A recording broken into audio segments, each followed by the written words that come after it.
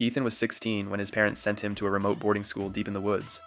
The place felt off from the moment he arrived. Old buildings, weak phone signal, and long silent hallways that echoed even the smallest sound. He was assigned to room 312, and that's where he met his roommate, Caleb. At first, Caleb seemed normal, quiet, a little distant, the kind of person who kept to himself. But that first night, he said something strange.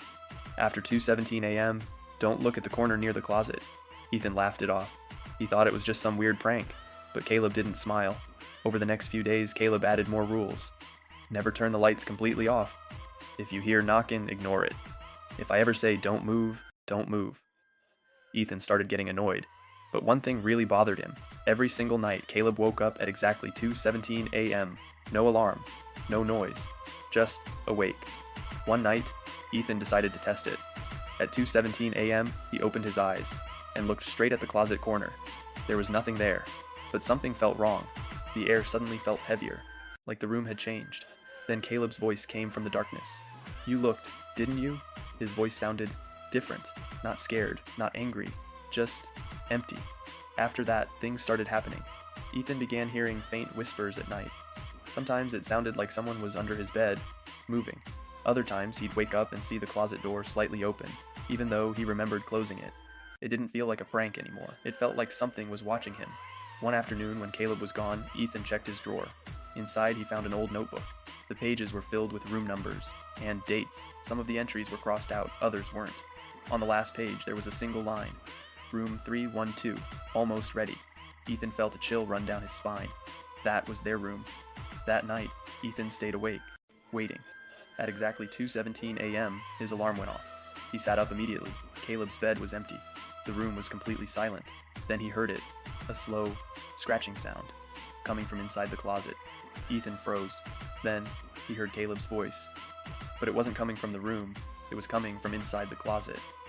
"Don't look at it." Ethan's heart was racing, but he couldn't stop himself. He got out of bed and walked toward the closet. His hand trembled as he reached for the handle. Slowly, he pulled it open, and everything went black. Ethan couldn't move. His body was completely frozen. His eyes were open, but his body wouldn't respond. The room looked wrong. The walls felt like they were shifting, breathing. Then he saw it. Inside the closet, something was standing there, tall, completely black, no face, just a thin, unnatural smile stretching across where its mouth should be. It stepped forward, slowly. The room began to shake. The desk slid across the floor. The window cracked.